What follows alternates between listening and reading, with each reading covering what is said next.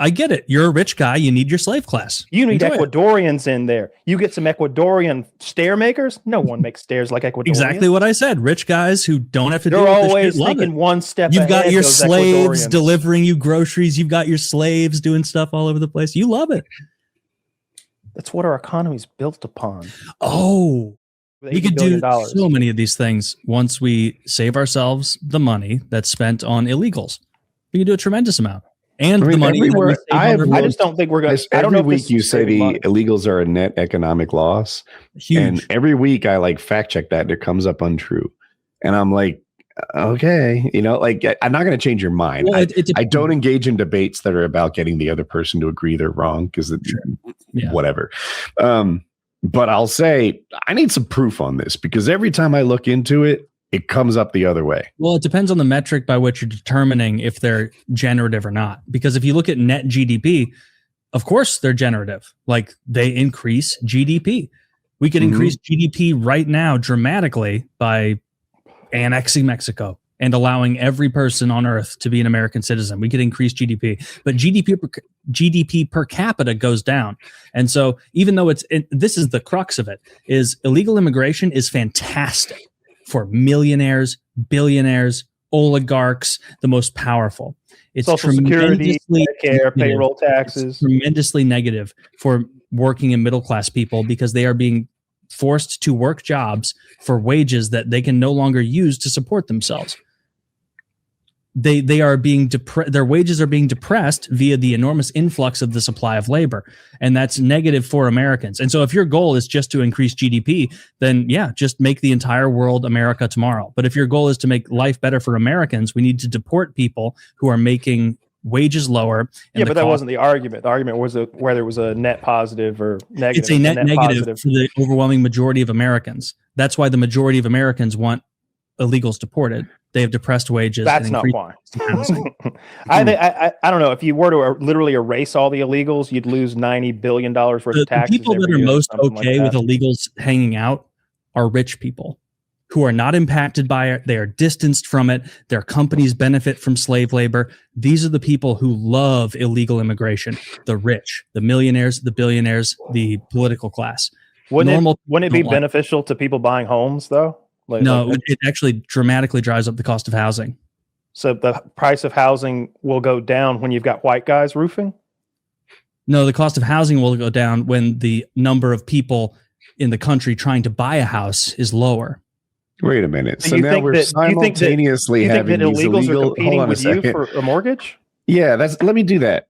First, these guys are not helpful to the economy because they're all broke and they're low wage earners, and now they're the ones outbidding you on your house. No, it's because it's a scarcity issue, and so there's only a limited number of houses. $400,000 houses become more scarce in an economy filled with illegals.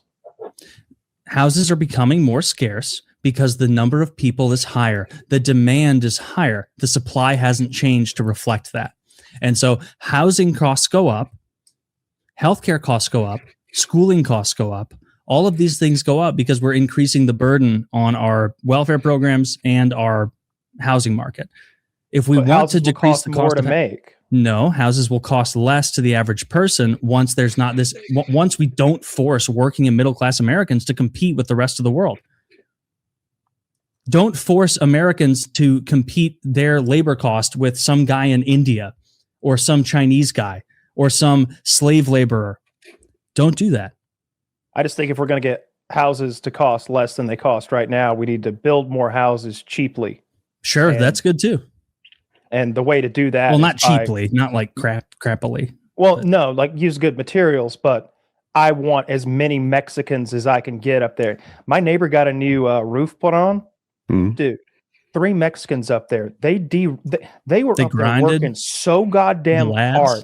And I mean, it wasn't like it wasn't one of those things where it's like, oh, let me work hard to get this thing right here done real quick. They worked hard the whole fucking time. And they took every shingle off that house down to the fucking wood in like an hour and a half or something like that. And I was like, oh, wow, this is going to be a quick project. They'll have the roof back on in a couple of days. They had the roof back on when I woke up from my nap.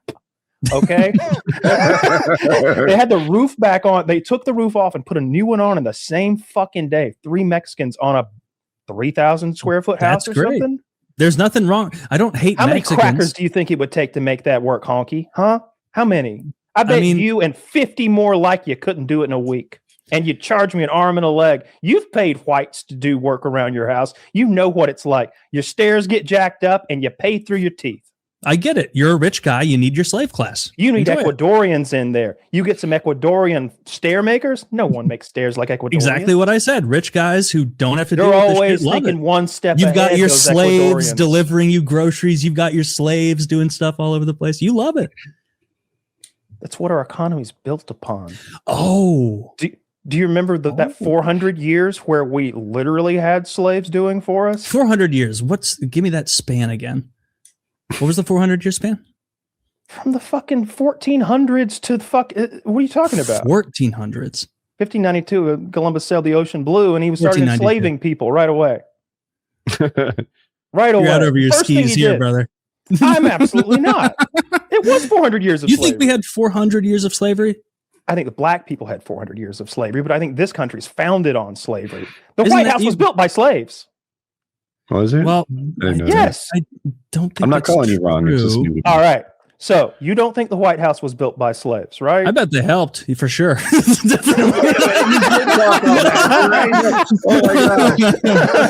I'm just saying, I don't think some slave, they're like, get those schematics right. And he's like, I don't know how to do these. Like, I don't know.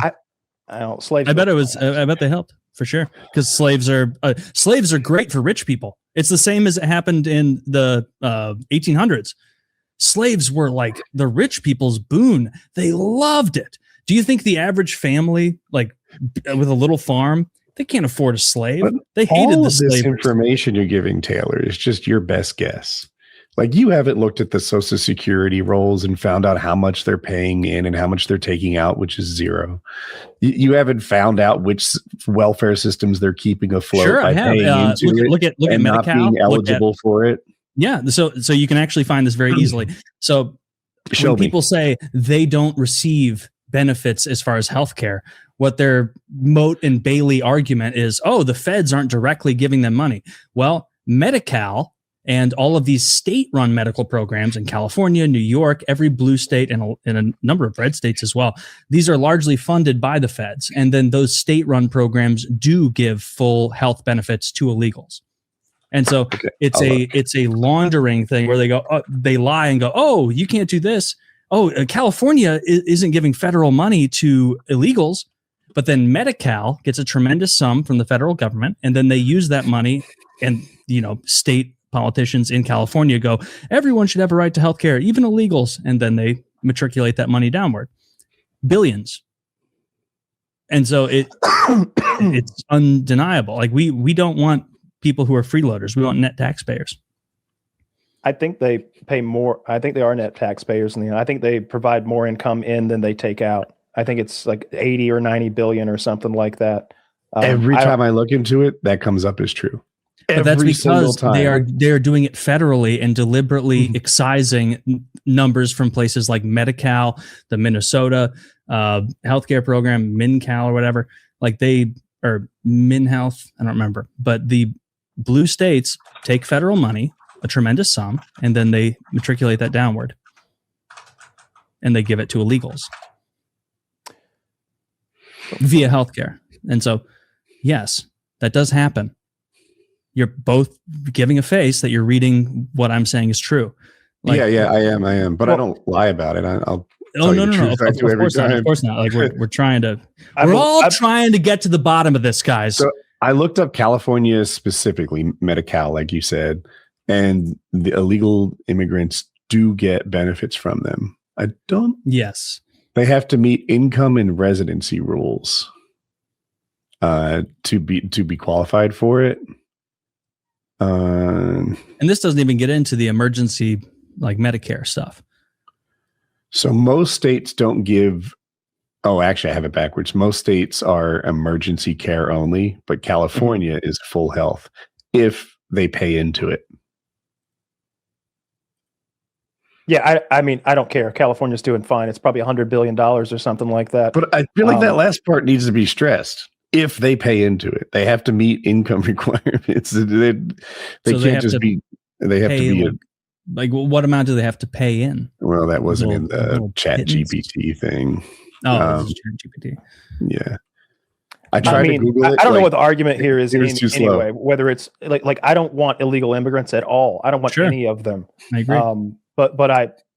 But I think if we don't have any at all, then I don't know who does those jobs, and I don't know what that causes those the markets. Hang on, I don't know. No, the people who have always picked the strawberries is the people who's picking them now. I would wager. I doubt there was a time. My daddy, when he was a poor cracker, picked cotton back in the day, and they could barely feed themselves. So they didn't pay him They didn't pay him good to pick the cotton. They paid him a slave wage. Oh, well, it's all shit, but I bet your dad sucks at picking cotton. Is he any good? Is he a good cotton picker? Apparently, my grandmother was the best cotton picker. They would talk about she could pick a whole sack or something in an afternoon. I think I'd suck at it. I might be good for half an hour, then I start talking about sunburn. Oh yeah, you're bent over the whole day, and the cotton pods are like very thorny. So when you reach in, you get cut almost every single time, and you got to go fast. You can't like, let me get this one because somebody's over there like going to town, bent over, just picking cotton. I had a job like that, and I hated it. I picked cotton like on the side of the road once because like it was a pretty field, and my grandparents were like, "Yeah, hop on out and do it." As a kid, and it was kind of fun. Like I thought it was. What are they complaining about? Oh no, I thought it was fun because I was not a slave, and I was like, this is crazy. This is like a fabric and a flower. Like this is. Wow, I want to pick cotton. Weird. I mean, not for more than 60 seconds, but I want to see what it's like. It is. Like you see it and you're like, oh, this is fucking cotton. Like this is what it is. It's just a little like cotton balls, I guess. Like yeah, it's like a looser, bigger, irregular cotton ball out of all these flowers. And so you pick the whole thing out. And it kind of like gives that like stretch where some strands get stuck. But it was it's a fun thing to do for 3 minutes on your own volition. Probably not if you're enslaved.